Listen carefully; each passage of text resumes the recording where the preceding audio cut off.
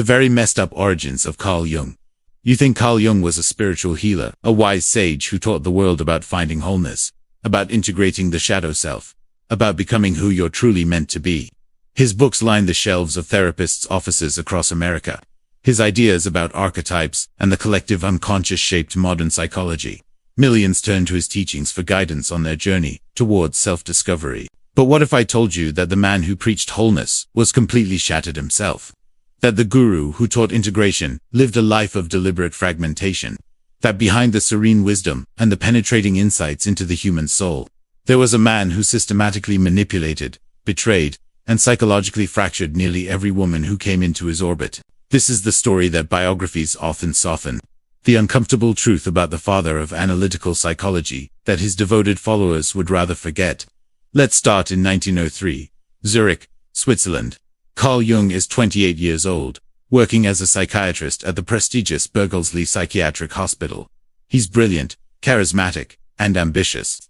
He's also married to a woman named Emma, who comes from one of the wealthiest families in Switzerland. Emma isn't just his wife. She's his patron, his financier, the silent foundation upon which he'll build his empire of ideas. Their marriage was arranged in the coldly practical way of European upper-class society at the time. Emma brought the money. Carl brought the potential for greatness. She was devoted, intelligent, and willing to play the role of the supportive wife, who stays quietly in the background, while her husband reaches for intellectual immortality. She studied his theories, typed his manuscripts, raised their 5 children, and funded his research. Everything Carl Jung would become, he became because Emma made it possible. On the surface, everything looked perfect. The respectable young doctor with the wealthy, cultured wife. The elegant home.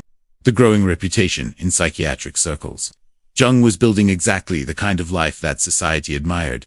The kind that looked wholesome and complete from the outside. But inside that pristine clinic, behind those closed office doors where vulnerable minds came seeking healing, something else was happening. Something that would expose the massive gap between the wisdom Jung preached and the reality he lived. In 1904, a 19-year-old patient walked into Jung's clinic. Her name was Sophia, and she'd been through unspeakable experiences that left her psychologically shattered. She was brilliant, speaking multiple languages, showing extraordinary intellectual promise, despite her fragile mental state. She came to Jung because she believed he could help her put the broken pieces of her mind back together. Instead, he would break her further. Jung was 29, married, her doctor, the one person who held complete power over her treatment, her freedom, her future, the one person who was supposed to heal her, not harm her. And yet, what happened next between doctor and patient would set a pattern that Jung would repeat for the next 40 years of his life. Letters would later surface, documents that historians and biographers have examined, revealing a relationship that crossed every ethical boundary of the medical profession. A relationship that started in that clinic, in that unequal power dynamic, where a young woman seeking help became something else entirely in the hands of the man who was supposed to protect her. But here's what makes this story even darker. This wasn't a one-time lapse in judgment, a single moment of weakness that Jung would later regret. This was just the beginning. The first chapter in a decades-long pattern of manipulation, control, and carefully constructed deception. Because while Emma was at home, raising their children, typing his papers, funding his ambitions, Carl Jung was building an entirely separate life, a shadow existence that perfectly contradicted everything he would later teach the world about truth, wholeness, and authentic living. The letters between Jung and Sophia tell a story that most biographies try to frame as complicated, as nuanced, as somehow existing in a gray area of early 20th century therapeutic practice. But when you strip away the academic language and the historical distance, what emerges is something far simpler and far more disturbing. A 29-year-old married doctor began an intimate relationship with his 19-year-old patient, a young woman who had come to him in her most vulnerable state, seeking healing for psychological wounds that ran deep into her childhood. She wasn't just any patient. She was someone who had endured experiences that left her barely functional, someone who needed protection and professional care. Instead, Jung saw something else, an opportunity. The relationship developed slowly, hidden within the framework of their therapeutic sessions. Jung would later describe it in his correspondence with Sigmund Freud as a matter of countertransference, using the technical language of psychoanalysis to obscure what was actually happening. He claimed he was exploring new therapeutic territory, pushing the boundaries of what was possible in the doctor-patient relationship. But the letters Sophia wrote, letters that survived and were later examined by historians, tell a different story. They reveal a young woman who became emotionally dependent on the one person who held complete power over her treatment, her diagnosis, her very freedom. In those days, a psychiatrist's word could determine whether a patient walked out of a clinic or remained institutionalized indefinitely. Jung held that power over Sophia, and he knew it. What makes this even more disturbing is how Jung managed the deception. He was living two completely separate lives, moving between them with an ease that suggests he'd already become comfortable with fragmentation, with being one person in public and another in private. At home, Emma was the devoted wife, intellectually engaged with his work, financially supporting his career, raising their children. She believed in him completely, believed in the image he projected of himself as a healer, a seeker of truth, a man dedicated to understanding the depths of the human psyche. She had no reason to suspect that the man who came home to her each evening, who discussed theories and patience and the future of psychology, was simultaneously conducting a relationship with a teenage patient that violated every principle of medical ethics. But eventually, the truth came out. The exact details of how Emma discovered the relationship remain unclear in the historical record, but what is documented is what happened next. And this is where the story takes a turn that reveals something perhaps even darker about Jung's character. Emma didn't leave. She didn't demand that Jung end the relationship with Sophia. Instead, according to letters and biographical accounts from that period, something extraordinary happened. Emma accepted it. Not just accepted it, but appeared to rationalize it, to find a way to accommodate this violation within the framework of their marriage. Some biographers suggest she was trapped by social convention, by the reality that divorced women in early 1900s Switzerland faced social and financial ruin. Others suggest that Emma had become so invested in Jung's work, so convinced of his genius, that she was willing to tolerate his personal failings as the price of supporting his greater mission. Whatever her reasons, Emma's acceptance of Jung's infidelity set a pattern that would define the rest of their marriage. It sent Jung a clear message. He could do this. He could maintain multiple relationships simultaneously, and the consequences would be manageable. The foundation had been laid for what would become a decades-long system of emotional manipulation and compartmentalized relationships. Meanwhile, Jung's mentor, Sigmund Freud, was watching all of this unfold with growing concern. Freud and Jung had developed a close professional relationship, with Freud seeing in Jung the potential heir to the psychoanalytic movement he was building. They exchanged hundreds of letters, discussing theory, patience, the future of their field. But when Freud learned about Jung's relationship with Sophia, his reaction was one of shock and disapproval. In their correspondence, Freud warned Jung about the dangers of such entanglements, about how they could destroy both the patient and the doctor's reputation. Freud understood that what Jung was doing wasn't revolutionary therapeutic technique. It was an abuse of power dressed up in theoretical language. Jung's response to Freud's concerns is revealing. He didn't express remorse or acknowledge the ethical violations. Instead, he defended the relationship, framing it as a necessary exploration of the unconscious, as a kind of research that required him to transgress conventional boundaries. He positioned himself as a pioneer willing to go where others feared, to tread conveniently, ignoring that the territory he was exploring involved the emotional and psychological manipulation of a vulnerable young woman who had trusted him with her healing. This response gives us our first clear glimpse of a pattern that would repeat throughout Jung's life, the ability to reframe his own harmful behavior as somehow serving a higher purpose, to use the language of psychological theory to justify actions that, stripped of that language, was simply destructive. Sophia would eventually leave Zurich, leave Jung's care, and go on to become a pioneering psychoanalyst herself. But the experience with Jung marked her, shaped her understanding of power dynamics in therapeutic relationships in ways that would influence her own work for decades. And for Jung, this was just the beginning. Because what Jung learned from the situation with Sophia wasn't caution. It wasn't restraint.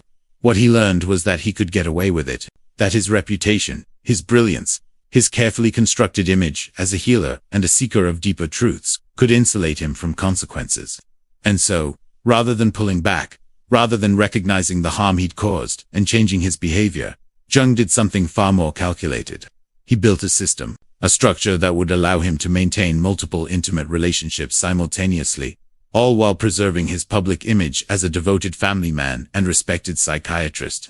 In 1910, a young woman named Charlotte walked into Jung's life. She was 22 years old, intellectually gifted, and fascinated by Jung's theories about the unconscious. She became his student, then his colleague, and then something much more complicated. Unlike Sophia, who eventually left Switzerland to build her own career, Charlotte stayed. She would remain intertwined with Jung's life for the next 40 years, existing in a role that defied conventional categories. She wasn't quite a mistress in the traditional sense, though their relationship was certainly intimate. She wasn't quite a colleague, though she contributed to his work. She wasn't quite family, though she became a permanent fixture in the Jung household in ways that still seem incomprehensible to modern observers. What Jung created with Emma and Charlotte was a bizarre arrangement that he would later describe in theoretical terms, using language about the Panama and psychological wholeness to justify what was, in practical terms, a man. Keeping two women in carefully managed emotional territories. Emma remained the legal wife, the mother of his children, the one who managed the household and maintained his public respectability. Charlotte became what Jung called his spiritual companion, the one who engaged with his more mystical ideas, who accompanied him to professional conferences, who provided intellectual and emotional intimacy that he claimed Emma couldn't offer. And Emma, remarkably, accepted this arrangement. The specifics that emerged from letters and biographical accounts are stunning in their calculated precision. Charlotte would visit the Jung home regularly. She had her own designated times, her own space in Carl's life that Emma learned to accommodate. Some accounts suggest they even divided the week. Emma had certain days, Charlotte had others, as if Jung's time and affection were commodities to be allocated according to a schedule. But Charlotte wasn't the only other woman in Jung's life. As his fame grew, as more patients sought out the renowned psychiatrist, more women would cross that invisible line between professional relationship and something else entirely. There was Grace, an American patient who came to him seeking help with her psychological struggles, and ended up in a complicated entanglement that lasted years. There was Margaret, another patient whose relationship with Jung blurred every professional boundary. The pattern repeated itself again and again. Vulnerable women came to Jung for healing, and somehow many of them ended up emotionally entangled with him in ways that served his needs far more than theirs. And through it all, Emma remained the stable foundation that allowed this entire system to function. Jung even built himself a retreat, a stone tower in Bollingen, Switzerland, that he claimed was necessary for his work. A place where he could withdraw from the world and engage in deep psychological exploration. But historical accounts suggest the tower served another purpose as well. It was a place where Jung could take various women, away from the public eye, away from Emma, away from any social oversight. He described the tower in mystical terms as a sacred space for inner work, but it functioned practically as a location where he could maintain his compartmentalized relationships without the complications of running into each other or having to explain himself. And then, in 1913, something cracked. Jung began experiencing what he would later describe as his confrontation with the unconscious, a period of intense psychological turmoil that lasted roughly 3 years. He had visions, heard voices, felt himself descending into what he described as a kind of controlled exploration of psychotic states. He wrote about encountering archetypal figures, about dialogues with entities that seemed to come from deep within his own psyche. He filled notebooks with bizarre drawings and fragmentary writings that documented his mental state during this period. Now, Jung would later frame this experience as a heroic journey into the depths of the human mind, as a kind of shamanic descent that gave him profound insights into the nature of the unconscious. He would use this period to develop many of his most influential theories about archetypes, about the collective unconscious, about the psychological processes that he believed shaped human experience. But there's another way to look at what happened to Jung between 1913 and 1916. The symptoms he described, the experiences he documented, look remarkably similar to what we would now recognize as a serious psychological breakdown. The voices, the visions, the sense of fragmenting reality, the inability to distinguish between inner psychological states and external events, these are not signs of mystical insight. These are signs of someone losing their grip on consensual reality. And here's where the hypocrisy reaches its peak. During this entire period, Jung continued seeing patients. He continued treating people who came to him with their own psychological struggles.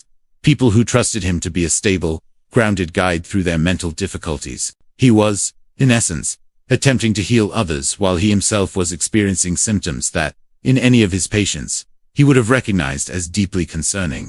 Imagine being a patient paying for Jung's expertise, trusting him with your most vulnerable thoughts and feelings, not knowing that the man sitting across from you, taking notes and offering interpretations, was himself hearing voices and having visions that suggested his own mind was fracturing. The man who would become famous for teaching others about psychological integration, about bringing together the fragmented parts of the self into a coherent whole, was living perhaps the most fragmented existence imaginable. But Jung's personal fragmentation, his manipulation of the women in his life, his psychological struggles, these were private matters, hidden behind closed doors, known only to those in his immediate circle. What came next was public. What came next was a moral failure that played out on a much larger stage, with consequences that extended far beyond the people in Jung's personal life. Because in the 1930s, as Europe descended into darkness, Carl Jung made choices that would stain his legacy in ways that no amount of theoretical brilliance could ever fully wash clean. In 1933, Adolf Hitler came to power in Germany. The Nazi regime began systematically dismantling Jewish participation in professional and academic life. Jewish doctors were expelled from medical societies. Jewish academics lost their university positions. The machinery of exclusion and persecution was being assembled piece by piece. And Carl Jung, the man who had built his reputation on understanding the human psyche, on exploring the depths of consciousness, made a decision. He accepted the presidency of the General Medical Society for Psychotherapy, an organization that had come under Nazi influence and control. His defenders would later argue that Jung took this position to try to preserve some space for non-Nazi psychotherapy, to protect the field from total corruption. But the historical record tells a more complicated and more damning story. Jung began publishing articles that made distinctions between what he called Aryan psychology and Jewish psychology. He wrote about fundamental differences in the unconscious of different races, suggesting that Jewish people had a psychology shaped by centuries of being what he termed a nomadic people, while Aryan psychology was supposedly rooted in a deeper connection to European soil and mythology. These weren't casual observations. These were published academic articles, carrying Jung's considerable prestige, appearing in professional journals during a time when such distinctions were being used to justify systematic persecution. The language Jung used might have been more academic than the crude propaganda pouring out of Nazi Germany. But the effect was similar. He was giving intellectual credibility to the idea that human beings could be fundamentally divided along racial lines, that these divisions went all the way down to the structure of the psyche itself. And Sigmund Freud, Jung's former mentor, the man who had once seen Jung as the future of psychoanalysis, watched all of this from a distance with what can only be described as heartbreak. Freud was Jewish. Many of his colleagues, his students, the people he'd worked with for decades, were Jewish. They were losing everything, their positions, their livelihoods, their safety. And here was Jung, the brilliant student he'd once trusted, the man he'd hoped would carry psychoanalysis forward, publishing articles that treated Jewish psychology as somehow different, somehow lesser. The betrayal wasn't just professional. It was personal and profound. Letters from this period show Freud grappling with what Jung had become, trying to understand how someone with such insight into the human mind could be so blind to the moral catastrophe unfolding around him. Jung would spend the rest of his life trying to defend these choices.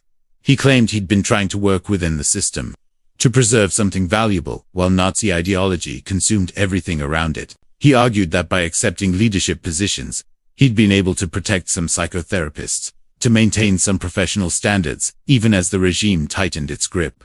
He pointed to instances where he'd helped individual Jewish colleagues, where he'd used his influence to assist people trying to escape Germany.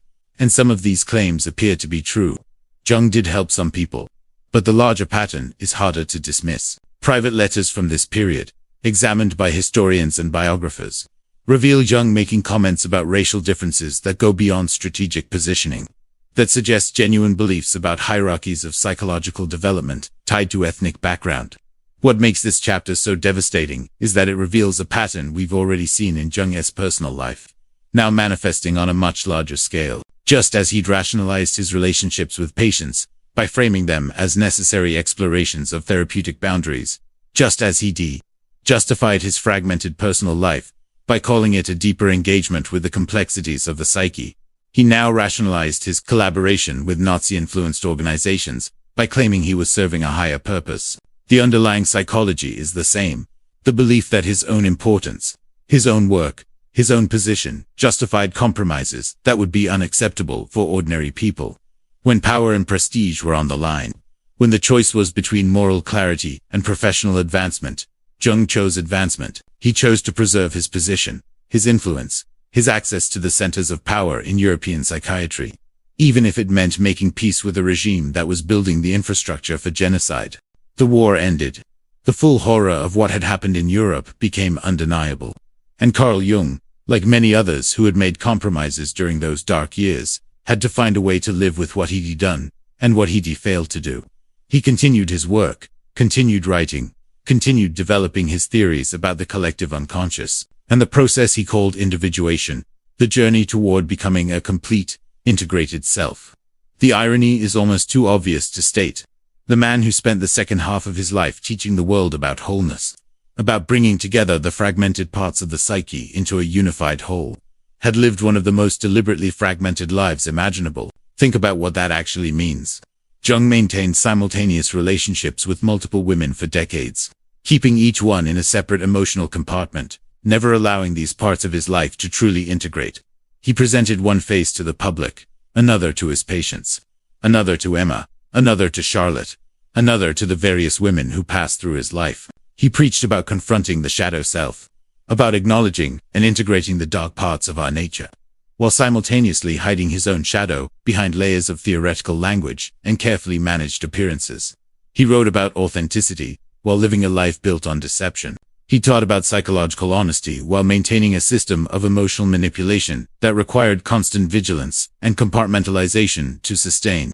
And Emma lived with all of this for 53 years of marriage. She stayed through the affairs, through the public humiliations of watching her husband openly maintain relationships with other women, through the knowledge that the work she was funding, the career she was supporting, the legacy she was helping to build was being created by a man who betrayed her repeatedly. When she passed away in 1955, Carl Jung wrote about his grief, about the loss of his life partner. But one has to wonder what Emma's life might have been if she had untied herself to Jung's ambitions, if she had unaccepted the role of the silent supporter who made everything possible, while receiving so little of what she deserved in return. Charlotte outlived both Carl and Emma, passing away in 1953, after spending 40 years in that strange, undefined relationship with Jung Sophia. The young patient who had first crossed that dangerous line with Jung went on to become a psychoanalyst herself, making important contributions to the field. Though she would eventually perish tragically in 19... The other women scattered into history, their names appearing in footnotes of biographies, their experiences reduced to brief mentions in the complicated story of Carl Jung's life. Jung's ideas survived him and continue to influence psychology, therapy, and popular culture today. Concepts like introversion and extroversion, archetypes, the collective unconscious, these have become part of how we understand ourselves. Millions of people have found genuine help and insight in Jungian psychology. The theories work, independent of the man who created them. But this raises a question that doesn't have an easy answer. Can we separate the work from the person who created it? Can we use Jung's insights into the human psyche while acknowledging that Jung himself failed spectacularly to live according to his own teachings? Is it possible to benefit from someone's wisdom while recognizing that they didn't embody that wisdom in their own life? Jung once wrote, "The meeting of two personalities is like the contact of two chemical substances. If there is any reaction, both are transformed." But looking at the trail of women whose lives intersected with his, you have to ask, who was really transformed by those meetings? Jung continued on, building his reputation, developing his theories, becoming one of the most influential psychologists in history. But what about Sophia, Emma, Charlotte, Grace, Margaret, and all the others? What transformations did they undergo? And at what cost? Jung also said, "Know all the theories, master all the techniques, but as you touch a human soul, be just another human soul." The question is, did he?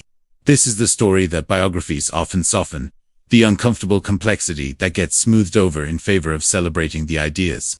But understanding these contradictions, seeing the full picture of who Carl Jung actually was, helps us remember that even our greatest teachers are deeply, profoundly, and sometimes devastatingly human.